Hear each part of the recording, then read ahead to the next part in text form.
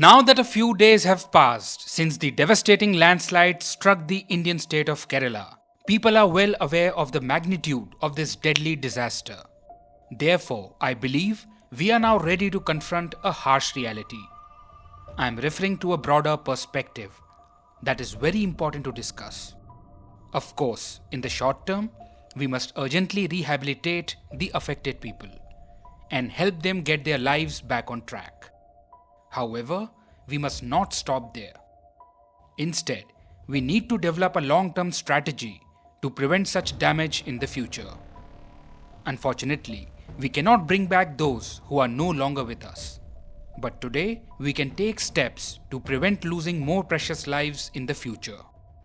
In a way, this natural calamity serves as a warning sign that we should no longer ignore ecological concerns.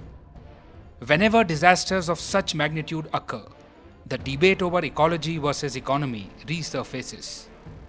There is discussion for a time, but gradually we start ignoring ecological issues again and return to our routines. Nothing changes.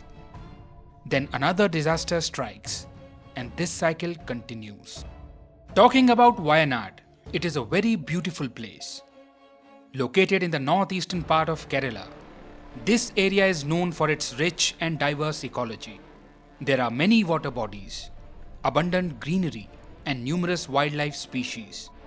The precious tropical rainforests here are part of the Western Ghats. You might be aware that the Western Ghats are a UNESCO World Heritage Site and are also included in the world's biodiversity hotspots.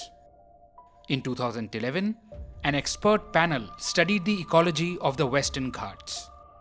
It was headed by ecologist Madhav Gadgil. In its report, the Gadgil Committee declared this region an ecologically sensitive area and recommended that activities like construction and mining should not be carried out here. Essentially, anything that could harm the ecosystem must be totally avoided. Sadly, all these warnings were ignored. Unchecked construction and extraction of materials continued here in the name of development. Since it is a beautiful place, the tourism potential is huge. Hence, it was thought that if the infrastructure was developed, many people would come to enjoy the scenic beauty, generating significant revenue. So rampant construction took place. Tourist resorts, roads, tunnels, everything was built. But the environmental impact of all this was not considered. Forests were cut down for development, and we know that deforestation causes soil erosion, which increases the risk of landslides. For those who do not know this, let me explain quickly. This is a mountainous region, so steep slopes are present. The gravitational force, which is continuously acting, pulls the materials toward the bottom. When there is heavy rainfall, the soil becomes saturated and its weight increases. Now that the forests have been cut down, there are no trees to hold the soil. The roots of the trees bind the soil and keep the slope stable. Without trees, the soil becomes loose. When it rains, the loose, heavy soil, influenced by gravitational pull, moves downward. This is called a landslide. When this movement happens slowly, with soil and other materials descending gradually over many days, months, or years, there is time to escape. However, in some cases, when this movement happens rapidly, in a few seconds or minutes, it causes great destruction. Everything gets destroyed in no time. Landslides completely wipe out every structure in their path, burying everything. Sometimes even the bodies of people are not found. We develop a place over years of investments, and natural calamities like landslides change the entire profile of the place in one go.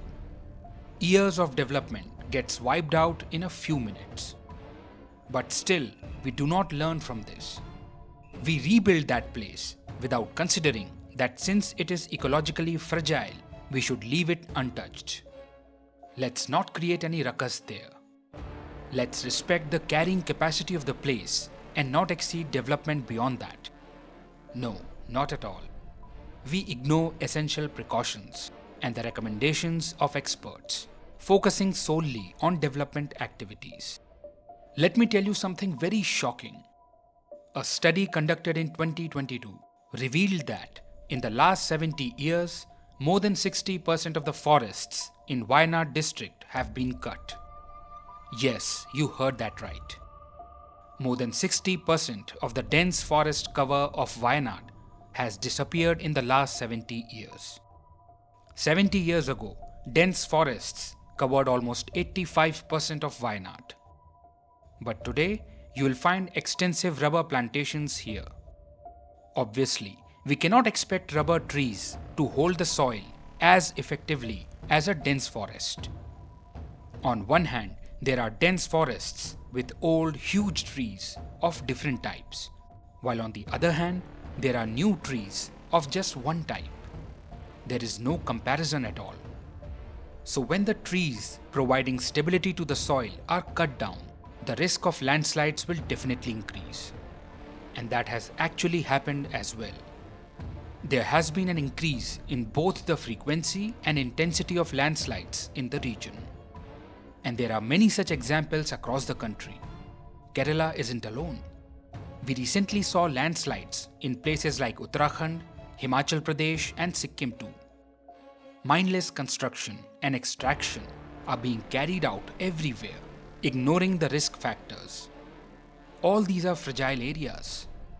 They'll not be able to accommodate this level of development. In all these places, it is very important that we carry out reforestation, follow sustainable land management practices, adopt climate-sensitive agriculture, build climate-resilient infrastructure, reduce soil erosion, and maintain soil stability by minimizing deforestation so that the damage caused by such tragedies can be minimized. Look, it is a simple thing. If you have to prioritize the economy, why not look at it in the long term? Didn't the disaster that happened now have a huge economic cost? So if a development gives some economic advantage in the short term but results in heavy economic costs in the long term, then tell me, would it be wise to carry out such development? Is it not like smoking or drinking, where in the short term it gives a little pleasure, but in the long term it destroys health? Just like some people still smoke or drink even after knowing this, in the same way, governments do not pay attention to the conservation of natural ecosystems, even after being aware of the devastating consequences. It is the same attitude. No problem, I'll handle it later. Then later, when the damage happens, comes the realization of the mistake. But by then, it is too late. So in the end, I would like to say that either we can balance economic growth and environmental protection, or nature will do the rebalancing. And remember, when nature does the rebalancing, it causes a lot of trouble. Therefore, it will be better if we change ourselves and make climate change an election issue instead of getting embroiled in useless issues and consequently getting exploited by politicians. We should talk about climate change as much as possible so that the governments feel compelled to take climate change seriously and make effective policies in this direction. Friends, we are not insignificant. We are the ones who elect governments. So whatever issue we consider important, elections will be fought on that issue. Politicians want our votes, so whatever we demand will become the election issue. We just need to become more aware and transform ourselves in a way that we start making important things like education and climate change trend. Right now the situation is pathetic. Whenever you are on social media, you'll find that useless stuff and mindless entertainment keeps trending all the time, which distracts us from important issues. Look, climate change directly impacts our lives.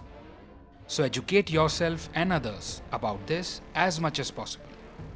This video is important. Please share it with as many people as possible. Thank you.